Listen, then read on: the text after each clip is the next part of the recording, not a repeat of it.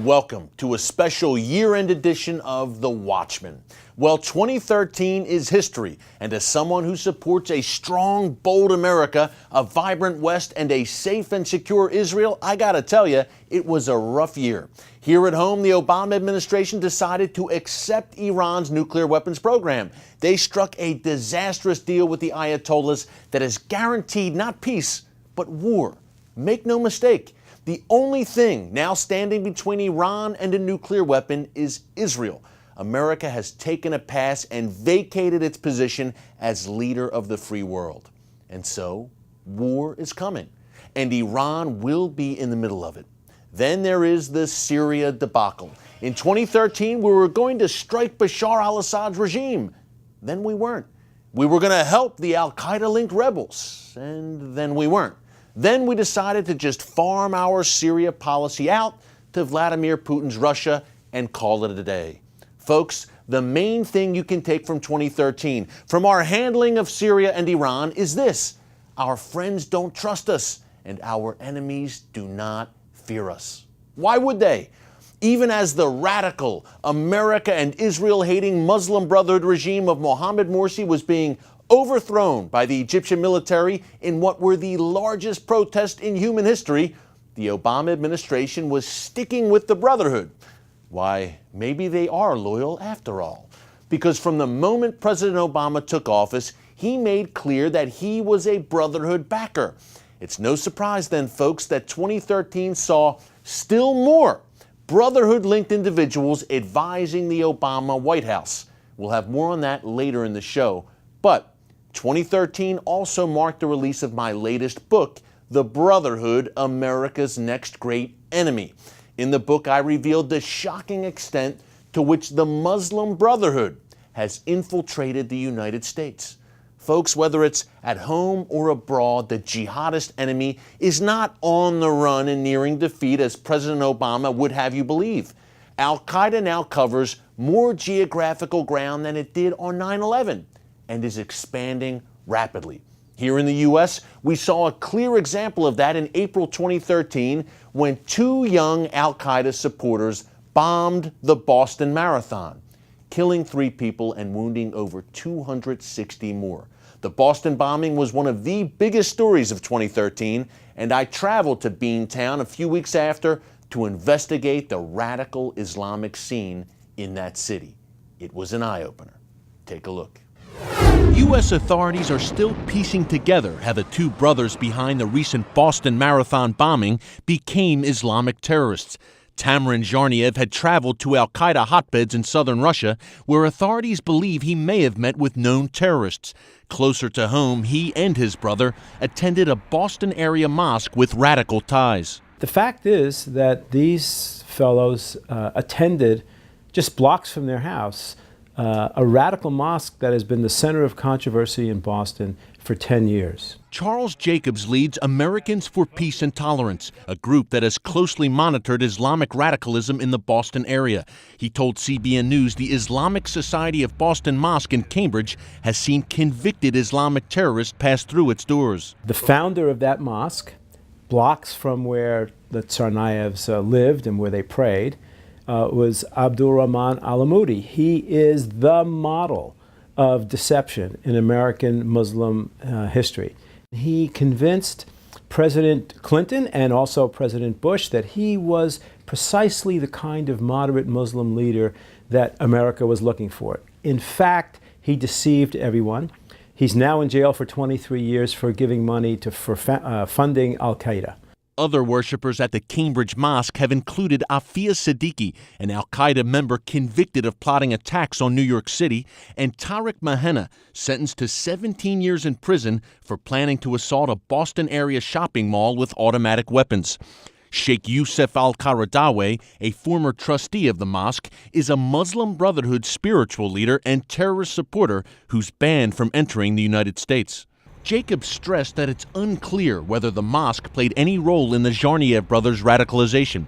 But CBN News spoke to one moderate Muslim leader who visited the mosque with his wife in 2003 and was shocked by what he found. Tell us about the Islamic Society of Boston and what you saw there firsthand. Going to upstairs, I find their library, and it's full of flyers from newsletter in Arabic, and they, call for jihad against America and against the Jews and against the Christian. And at that time, there was a sheikh giving sermons, and the sheikh is as fanatic as the written materials. The group behind the Cambridge Mosque is called the Muslim American Society, or MAS. It was founded in 1993 by Muslim Brotherhood members and has dozens of chapters throughout the United States. Federal prosecutors have called MAS the overt arm of the Muslim Brotherhood in America. Its ties to the Brotherhood, a group dedicated to establishing Islamic Sharia law worldwide, have not stopped MAS from expanding in Boston. In 2007, it opened another mosque in Boston's Roxbury neighborhood, just a few miles from the Cambridge location. The Islamic Society of Boston Cultural Center is the second largest mosque on the entire East Coast. It cost $15.5 million to build, and more than half of that money reportedly came from Saudi Arabia. The Roxbury Mega Mosque is the sister mosque to the one in Cambridge. They share exact leadership. They're owned by the same people. It's the Muslim American Society. The trustees are the same. They may have different day-to-day managements, but it's the same. Jacobs says the two mass mosques also share the same radical Muslim Brotherhood ideology. Yet Massachusetts Governor Deval Patrick and Boston Mayor Thomas Menino both endorsed the Roxbury Mosque when it opened in 2009. Jacobs' organization released a video showing Governor Patrick publicly embracing a controversial imam at a 2010 event at the mosque. During a sermon just 2 months prior, that imam, Abdullah Farouk, had seemingly encouraged worshipers to engage in violence when supporting Muslims who have been arrested on terrorism charges. Grab onto the typewriter, grab onto the shovel, grab onto the gun and the sword. Don't be afraid to step out into this world and do your job. Jacobs was encouraged recently when Governor Patrick disinvited the imam of the Roxbury Mosque from an event honoring the victims of the Boston Marathon terror attack. CBN requested an interview with representatives of the Roxbury Mosque but received no response. A spokeswoman for the Cambridge Mosque declined an interview due to health reasons.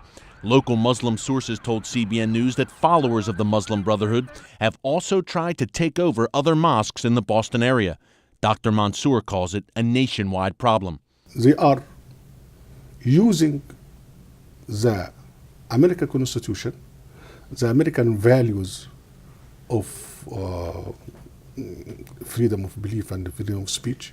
You know, I love getting on the ground like I did in Boston so I can bring you firsthand information that you're just not hearing in the mainstream media. I also love getting the chance to educate about the issues. And one monologue of mine in 2013 got a particularly strong response from viewers. So, who are the Palestinians, really?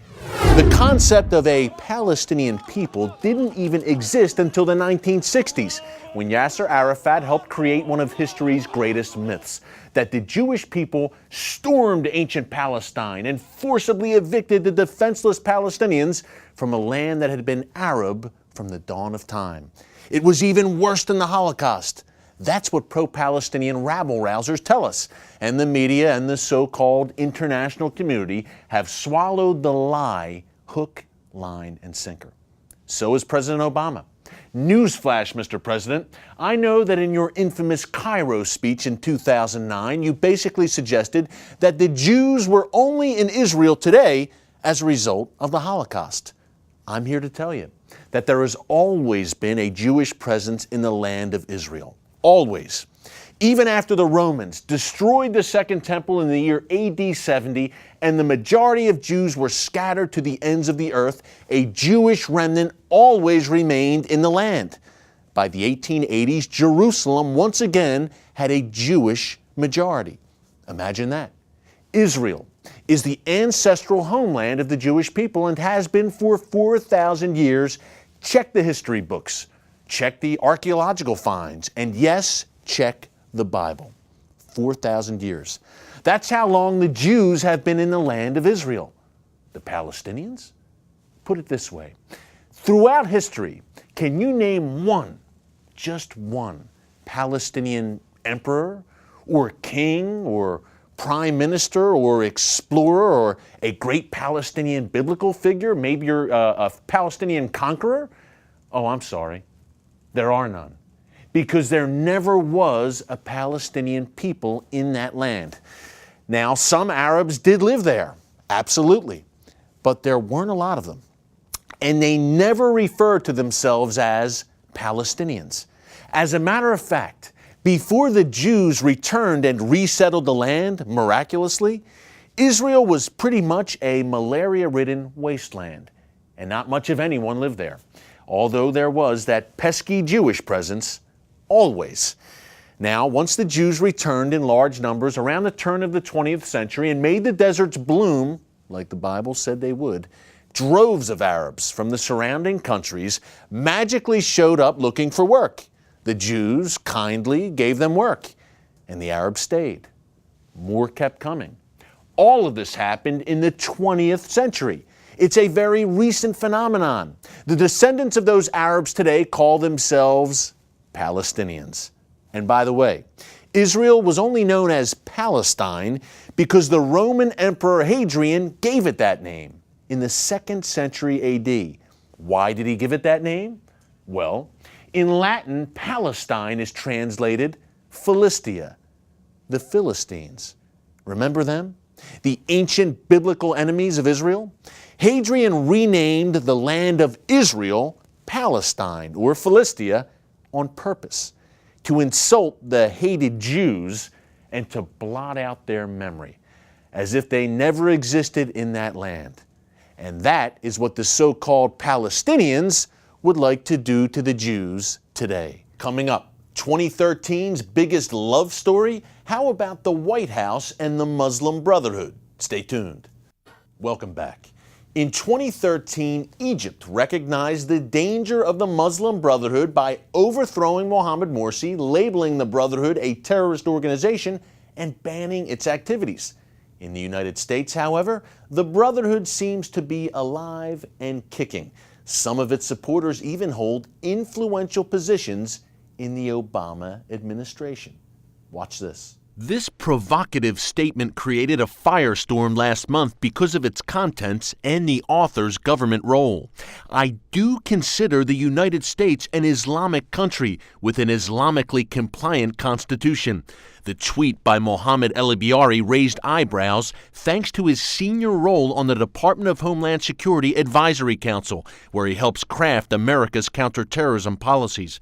It's a position one analyst says El-Biari is not fit to hold. He goes to bat for the Muslim Brotherhood. He is passionate that they are the moderate good guys that the U.S. needs to ally with.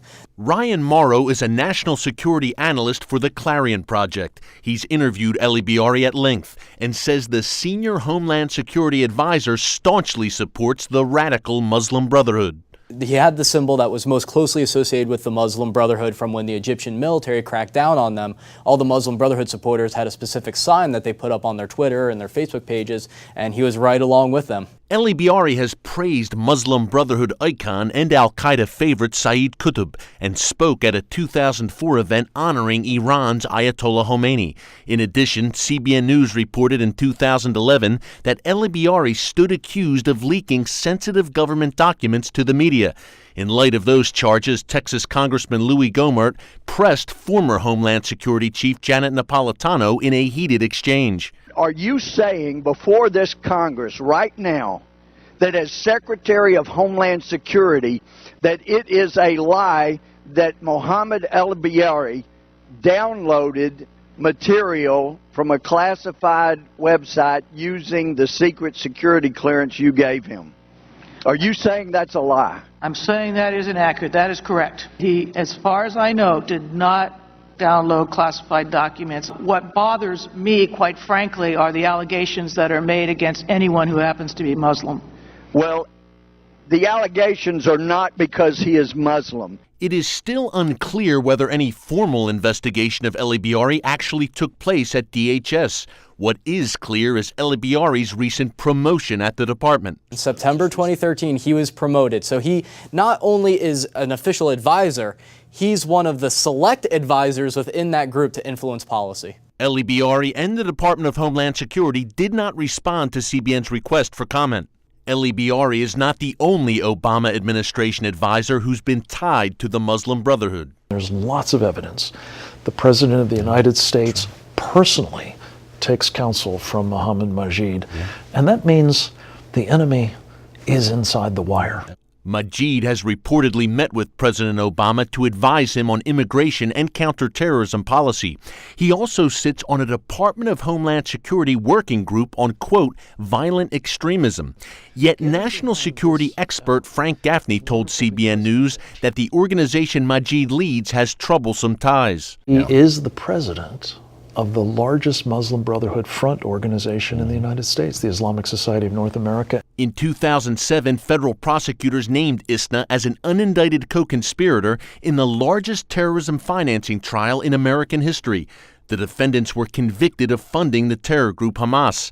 Majid's group was also mentioned in secret Muslim Brotherhood documents uncovered by the FBI. The very first group on this Muslim Brotherhood strategic plan was the Islamic Society of North America. Despite ISNA's radical track record, President Obama delivered a video address at the group's annual summit this year. Assalamu alaikum, and congratulations to Imam Majid and everyone at the Islamic Society of North America on your 50th annual convention. One leading Egyptian newspaper recently claimed that the Brotherhood is stepping up its efforts to infiltrate the United States. It identified what it says are 30 Brotherhood operatives that are currently conducting influence operations on U.S. soil. Up next, how 2013 saw Iran's new president become the great hope for peace. Make that false peace. Stick around. And welcome back.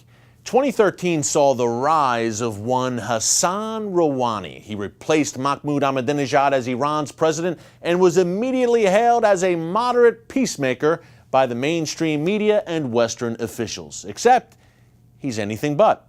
Shortly after Rouhani's star turn at the UN, I took a closer look at the man behind the moderate myth. The Obama administration, European leaders, and the mainstream media seem encouraged by Rouhani. They believe he's a moderate, a pragmatist. He's the anti-Ahmadinejad, they say. We can strike a deal with this guy over Iran's nuclear weapons program. Why, President Obama has even exchanged letters with Rouhani that both men say have been cordial and constructive. Barry's got a new pen pal. How nice. Folks, here's the truth about the moderate, smiling, pleasant Hassan Rouhani, who attended school in Scotland for a few years. Ooh, he's a taqiyya master. Let me tell you about the real Hassan Rouhani. He's the same guy who was a close ally and associate of the Ayatollah Khomeini for years and years. Remember him, the Ayatollah, the scowling old madman who made the phrases "death to America" and "death to Israel" all the rage, and presided over the seizure of the U.S. Embassy in Tehran? Yeah, that guy, Hassan Rouhani's friend. Rouhani has held top positions in Iran's totalitarian regime for years, and in 1999 he led the brutal government crackdown on Iranian student protesters who were crying out for freedom and democracy. He's also said that he will stand by the Assad regime in Syria no matter what it takes. And I've yet to hear him say an unkind word about Iran's terrorist proxy, Hezbollah. He has had some less than kind words, though, for what he calls the Zionist entity, Israel. Back in July, Rouhani called Israel a, quote, wound on the Muslim world that needs to be removed. I wonder how he plans on removing it.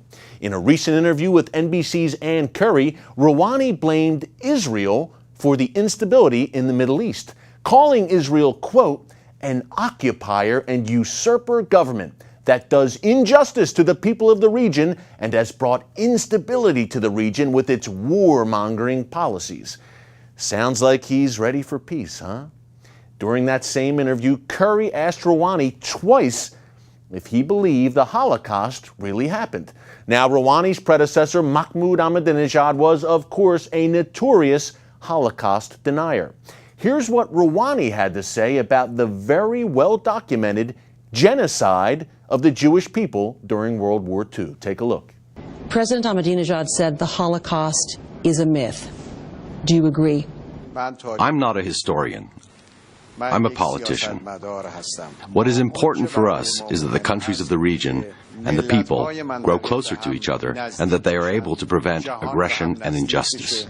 Translation, he's probably a Holocaust denier too, which is interesting because the regime he works for wants to acquire nuclear weapons so it can complete what Hitler started.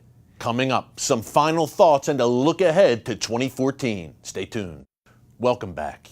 You know, there were many other major stories that went down in 2013 that we didn't get a chance to hit today. Think about the NSA spying scandal, the rise of China, North Korea's saber rattling, an increase in violence in Iraq and Afghanistan, and of course, the horrific rise of Christian persecution in Muslim lands, a topic we cover on this show on a regular basis. But 2013 wasn't all bad.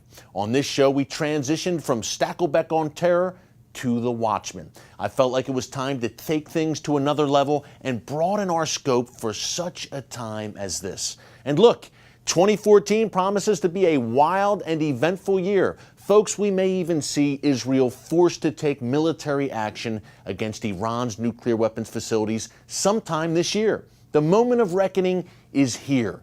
And this is a time when supporters of Israel and friends of the Jewish people will truly earn their keep.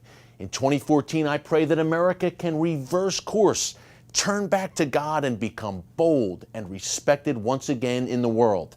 Whatever happens, I know that God is in charge and that He will work all things for good for those who love Him. So, I want to thank everyone watching for a great 2013, and I'm looking forward to traveling the road with you once again in 2014. Until next week, God bless you, and remember, never forget.